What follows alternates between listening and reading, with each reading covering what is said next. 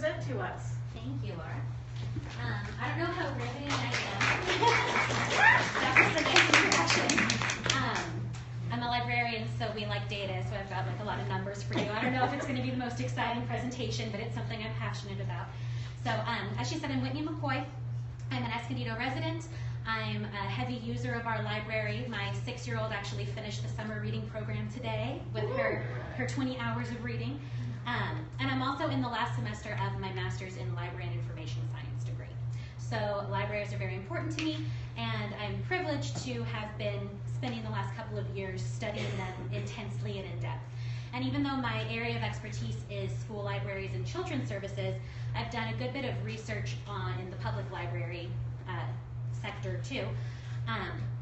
And it was kind of a surreal moment when I learned that the for-profit company that I had learned about in school was the very same for-profit company that was trying to swing in and take over our library. So I've prepared some information for everybody that I'll go through. Let me go to the next slide. This is an excellent quote about libraries. Forming communities and collaboration is the core of what libraries do. I think that's what we're doing here tonight. It's coming together as a community, and I really think that this library issue crosses political lines. I think it's not just progressives who don't want this to happen. I think conservatives don't want this to happen either. And I think it's important for everybody to know what this company has done in the past and know what ramifications it could have for us here in Escondido. So we'll start by talking a little bit about public libraries in general, what they do, why they're important, and how they're funded.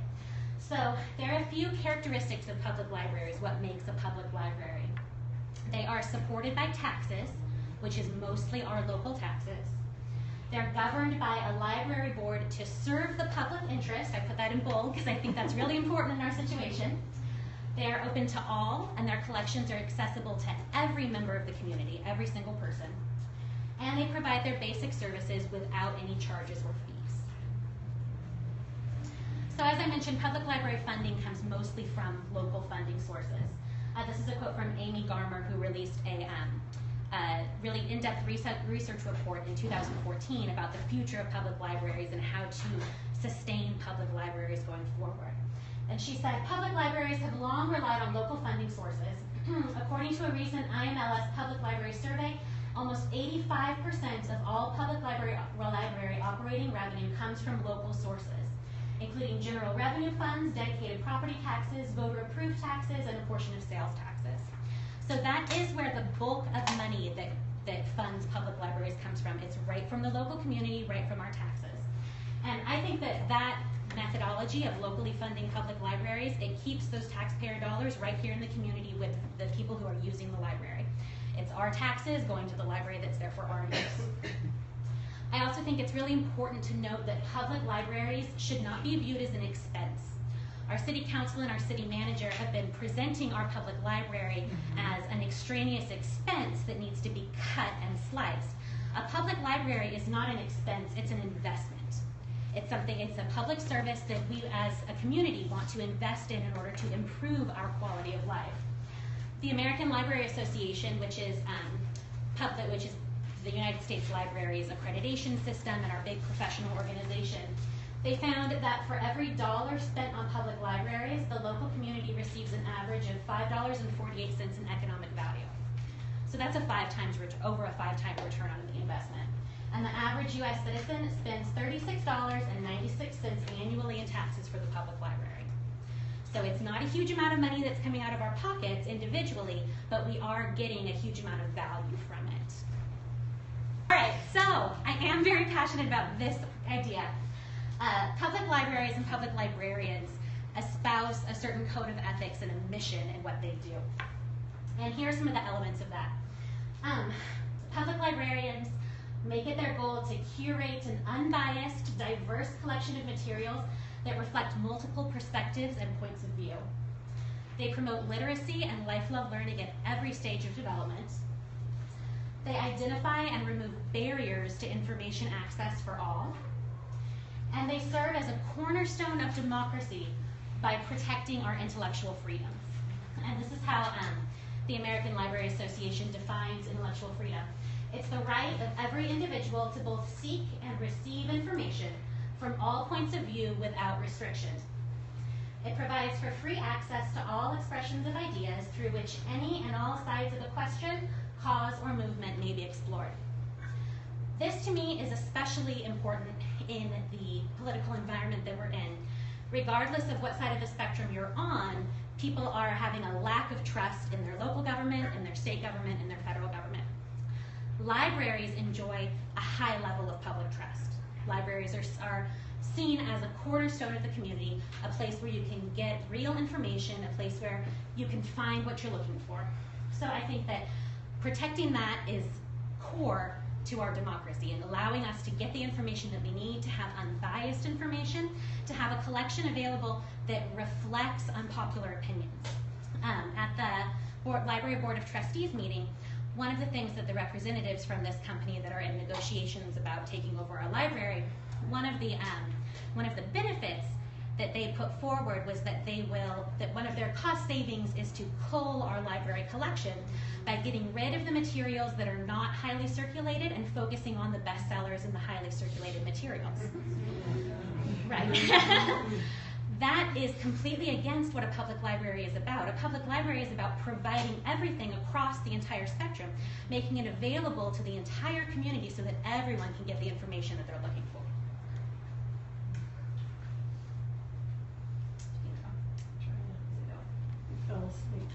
Here's another one of my favorite. I've got some quotes scattered through here. So this is Neil Gaiman, and he said, "Google can bring you back 100,000 answers, but a librarian can bring you back the right one." So that brings me to, why do we need librarians?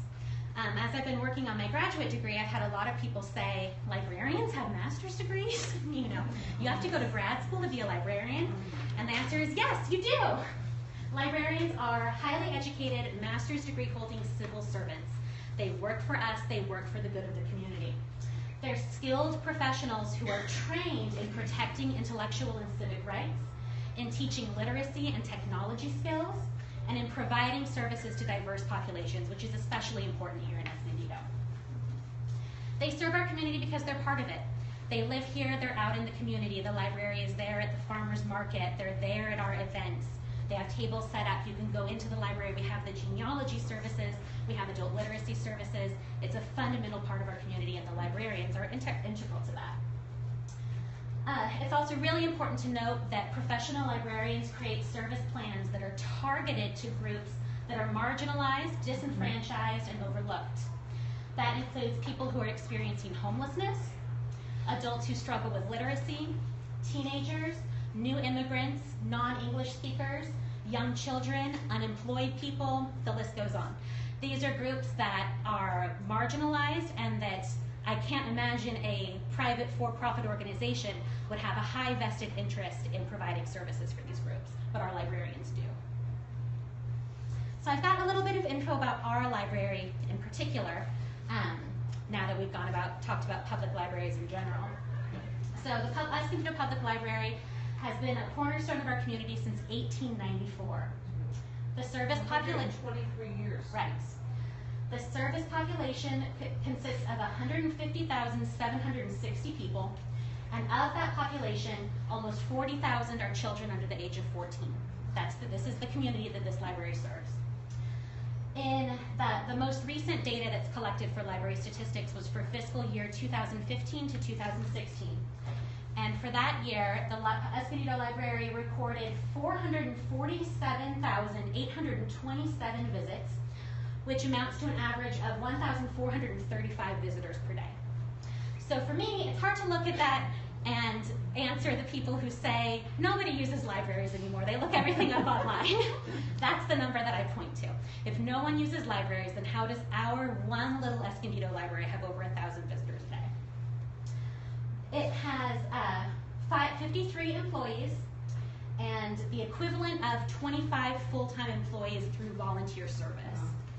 I think that keeping in mind the libraries, how we benefit from donations and from volunteers is really important to note, because for me personally, I would question how many of those dedicated volunteers and library donors would be interested in donating their time and money to a private for-profit organization, because I certainly am not interested in that. In that same fiscal year, A little over 17,000 people attended 410 free programs that were hosted by the library. There were 80,360 uses of the public computers. I think that is critical because access to computers, technology training, and access to the internet in the modern age has become absolutely key to what the library offers. That's one way that libraries knock down economic and social barriers, by providing access to computers, by providing access to the internet. You have people who struggle with homelessness, people who struggle with unemployment, who absolutely rely on those library technologies to apply for jobs, to look for jobs, to seek out social services, all kinds of things that for some people truly is a life or death situation.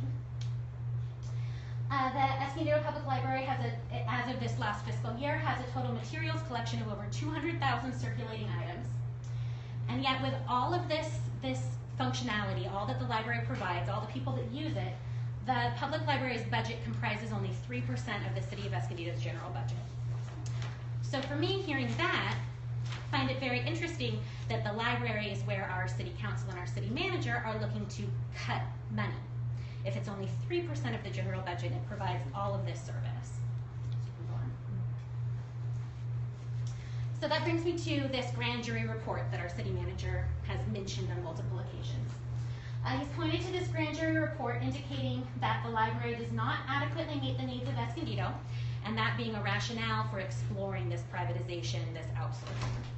So the report was issued in March of this year, and even though it hasn't been widely circulated or shared, it is available on the city website.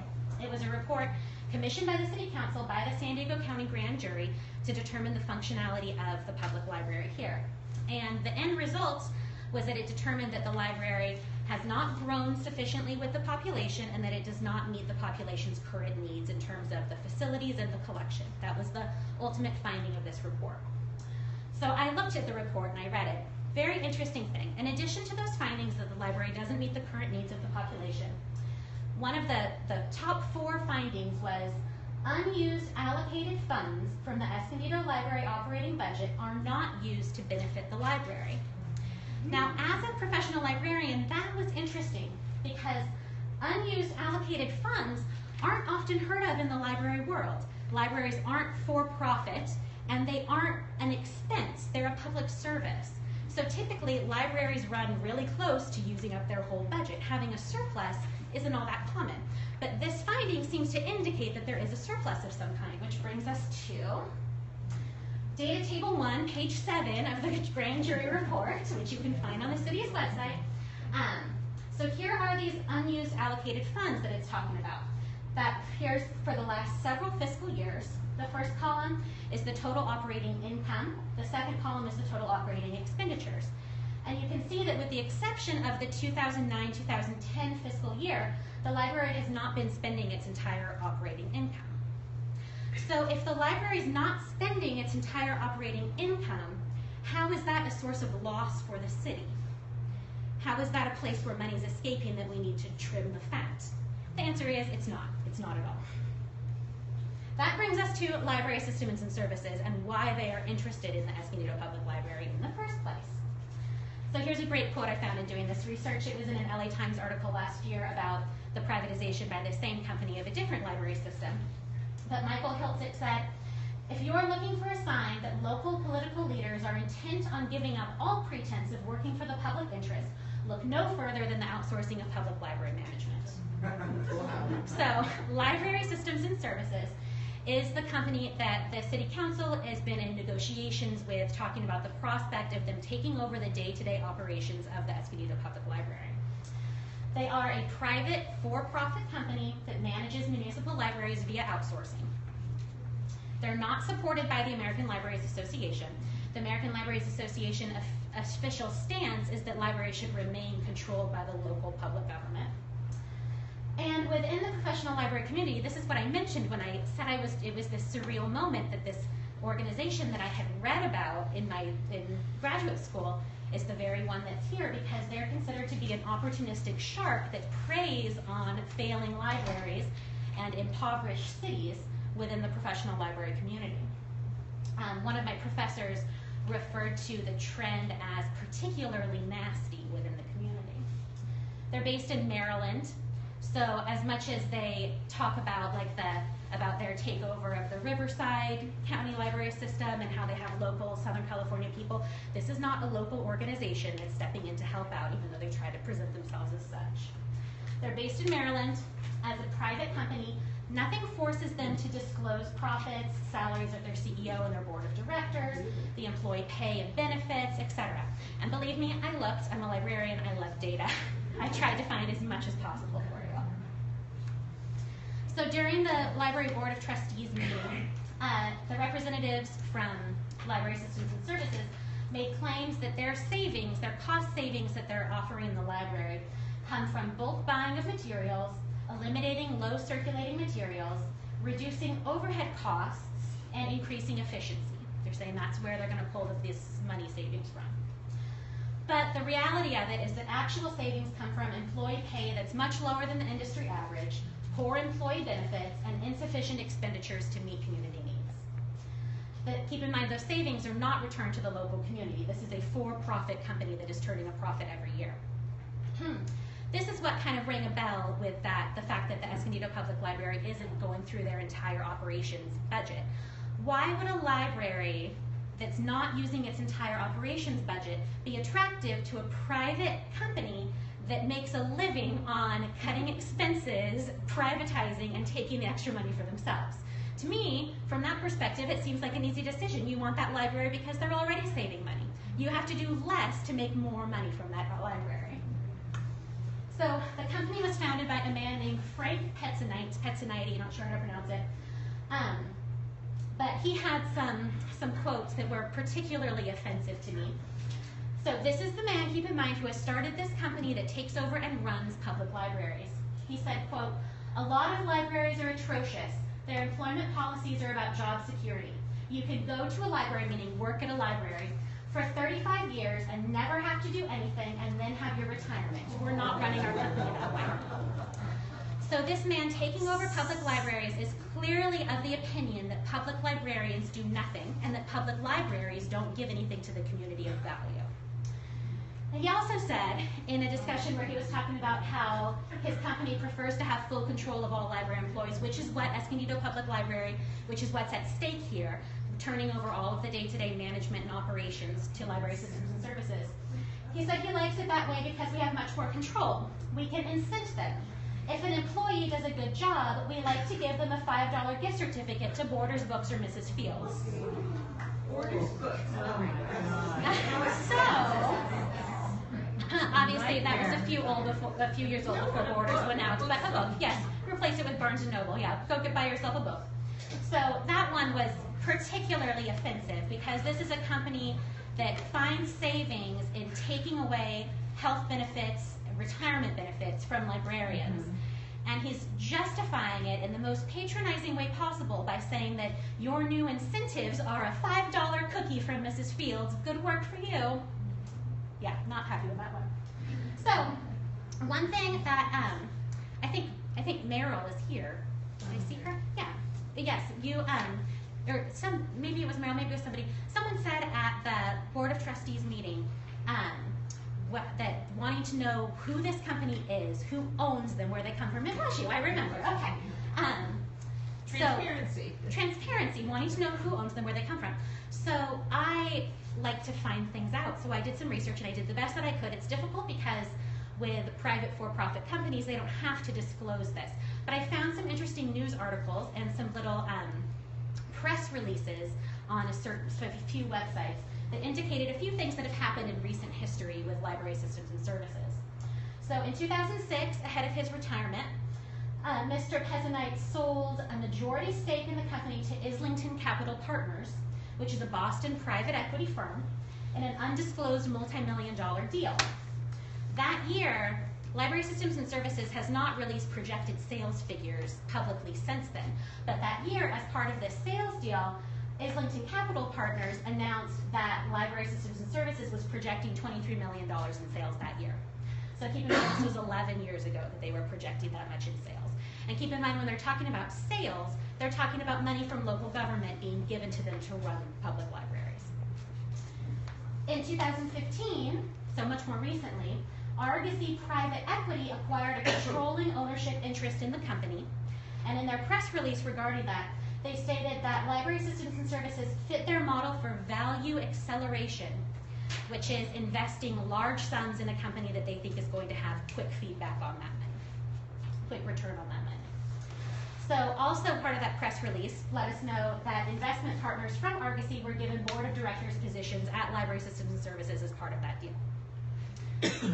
So this is a private for-profit company that is owned, has a majority stake with private equity firms on the East Coast. This is where taxpayer money will be going to provide profit for this. Interestingly, and I mentioned that this company is known as kind of an opportunistic shark in the library world because it preys on cities that are having economic crises that are unable to keep their library doors open. Obviously, that's not the case in Escondido. We just looked at our operations budget for the library. Interestingly, the first acquisition by this company of a library that was not in a state of financial crisis was a 3-branch system in Santa Clarita a few years ago, and that was publicized in the local newspapers up there that it was a $4 million deal for the initial contract, as in $4 million of the city paying library systems and services to run the libraries. So one thing that they mentioned at the Board of Trustees meeting earlier this month was how successful they've been at the Riverside County Library System. That is kind of their poster child example of how they can come in and take over a library system and create improvements to service for the people there. That also it was a big accomplishment for them because they boast about the fact that they're now the 5th largest library system in the country after the LA Public Library, the New York Public Library, etc. And that boosted them up was taking over this entire Riverside system, which is 37 service points, meaning branches, bookmobiles, etc. So it's really important to note that this happened in the mid-90s, and Riverside County transferred operations to LSSI as a last resort when the alternative was shutting down the entire library system. That's not the circumstance that we're in here in Escondido. This was following an economic crisis in the area when a military base shut down, a bunch of families moved out, they lost a lot of local property tax revenue, and also there was a state bill that passed that diverted a lot of local funding to state education funds. So a lot of the vast majority of that local library funding, that 85%, kind of fell out of Riverside right then. So they were in a dire situation where the alternative was to close the library's doors. So it's important to remember that when this company tries to compare our situation to the situation in Riverside, because it's not the same situation at all. So the American Libraries Association did a report on that entire situation, on outsourcing in public libraries, and it was a case study on what happened in Riverside. And ultimately, to be fair and unbiased, the American Library Association found that Riverside County had made the right choice because the alternative was to close down the libraries entirely. And they commended the Riverside County Library System for maintaining as much local control as possible given this privatization effort, given how dire the circumstances are. However, this report also had a lot of data and facts from surveying the local residents and the library employees and investigating what had actually happened as a result of the privatization. So my thought was, if Library Systems and Services wants to use it as a shining example of how great they are, I can use some of these things as a shining example of what really happens when a library is privatized. So in the ALA report, it states that the materials budget at the Riverside County Libraries is still inadequate to maintain the branch library collections, which are in the main too small for the populations they are intended to serve and are generally old and worn. The few branches whose collection appears to be in better condition have clearly benefited from infusions of additional local funds. So the libraries that have collections that are meeting the needs of their community, that's only the case because other local groups have provided that funding, not Library Systems and Services. So here's some results from the American Libraries Association survey of the employees at the Riverside County Library System. Only 56% thought that their work schedule enabled them to get their work done in a professional manner. That's been one of the big complaints in the profession about the privatization, is that one of the things that the company boasts is extending service hours. but they extend service hours by spreading the employees very, very thin. So you end up with employees who feel that they have too much work to get done, that they don't have enough time to do it, that they're scrambling to take care of all of their responsibilities. They also found that staff turnover appears to be significant among newer employees. This is key because our city manager and the representatives from Library Systems and Services were discussing how they were going to make sure that the existing librarians can keep their jobs at the same rate of pay. That's fine for that. It doesn't help their benefits at all. It's fine for the salary, but it doesn't have anything to do with anyone else who's hired on. If you're extending service hours, if you're going to be open on Sundays, you're going to need to hire new employees. As librarians retire, you're going to need to hire new employees.